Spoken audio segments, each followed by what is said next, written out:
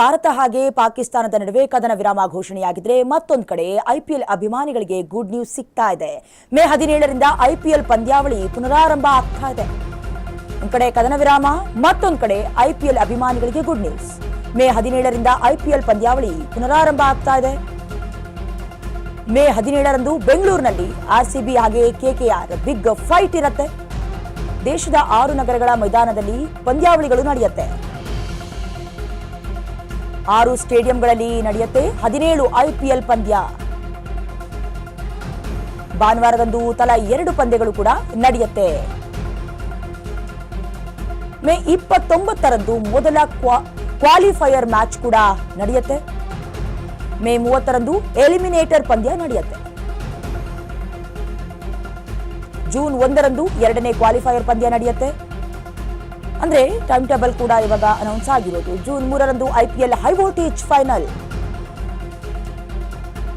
ಕದನ ವಿರಾಮ ಒಂದು ಕಡೆ ಇದ್ರೆ ಮತ್ತೊಂದು ಕಡೆ ಐಪಿಎಲ್ಗೂ ಕೂಡ ಬ್ರೇಕ್ ಬಿದ್ದಿತ್ತು. ಇದೀಗ ಕೆಲವೊಂದಷ್ಟು ಟೈಮ್ ಟೇಬಲ್ಗಳು ಕೂಡ ಹೊರ ಬಂದಿರೋದು. ಅಂದ್ರೆ ಐಪಿಎಲ್ ಅಭಿಮಾನಿಗಳು ಎಲ್ಲೋ ಒಂದ್ ಕಡೆ ಬೇಸರವನ್ನ ವ್ಯಕ್ತಪಡಿಸ್ತಾ ಇದ್ರು, ಏನು ಐಪಿಎಲ್ ಮುಗ್ದೇ ಹೋಯ್ತಾ ಅಂತ. ಆದ್ರೆ ಐಪಿಎಲ್ ಅನ್ನ ಪುನರಾರಂಭಿಸ್ತಾ ಇದ್ದಾರೆ. ಅಂದ್ರೆ ಜೂನ್ 3ರಂದು ಹೈ ವೋಲ್ಟೇಜ್ ಮ್ಯಾಚ್ ಕೂಡ ನಡೆಯುತ್ತೆ. ಇನ್ನು ಇದೇ ವಿಚಾರವಾಗಿ ಹೆಚ್ಚಿನ ಡೀಟೇಲ್ಸ್ ಅನ್ನ ಕೊಡ್ತಾರೆ ನಮ್ಮ ನ್ಯೂಸ್ ಡೆಸ್ಕ್ ನಿಂದ ಪ್ರತಿನಿಧಿ ಅಭಿಷೇಕ್. ಒಂದ್ ಕಡೆ ಭಾರತ ಹಾಗೆ ಪಾಕಿಸ್ತಾನದ ನಡುವೆ ಕದನ ವಿರಾಮ, ಮತ್ತೊಂದು ಕಡೆ ಐಪಿಎಲ್ ಪುನರಾರಂಭ ಆಗ್ತಾ ಇದೆ.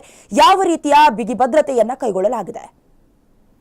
ಡಯನಾ, ಭಾರತ ಮತ್ತು ಪಾಕಿಸ್ತಾನ ನಡುವೆ ಏನು ಉದ್ವಿಗ್ನತ ಒಂದು ಪರಿಸ್ಥಿತಿ ನಿರ್ಮಾಣ ಆಗಿತ್ತು, ಆ ಒಂದು ಪ್ರಭಾವ ಜಗತ್ತಿನ ಶ್ರೀಮಂತ ಕ್ರಿಕೆಟ್ ಲೀಗ್ ಎಂದೇ ಬಿಂಬಿಸಲಾಗಿರ್ತಕ್ಕಂಥ ಐಪಿಎಲ್ ಟೂರ್ನಿ ಮೇಲೆ ಕೂಡ ಬಿದ್ದಿತ್ತು.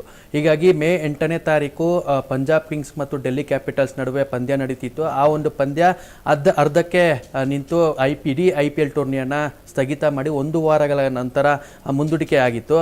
ಇದಕ್ಕೆ ಸಂಬಂಧಪಟ್ಟಂಥ BCCI ಕೂಡ ಒಂದಷ್ಟು ರಾಷ್ಟ್ರೀಯ ಸೆಕ್ಯೂರಿಟಿ ಏಜೆನ್ಸಿ ಜೊತೆ ಮತ್ತು ಭದ್ರತಾ ಪಡೆಗಳ ಜೊತೆಗೆ ಒಂದಷ್ಟು ಮಾತುಕತೆಯನ್ನು ನಡೆಸ್ತಾನೆ ಇತ್ತು.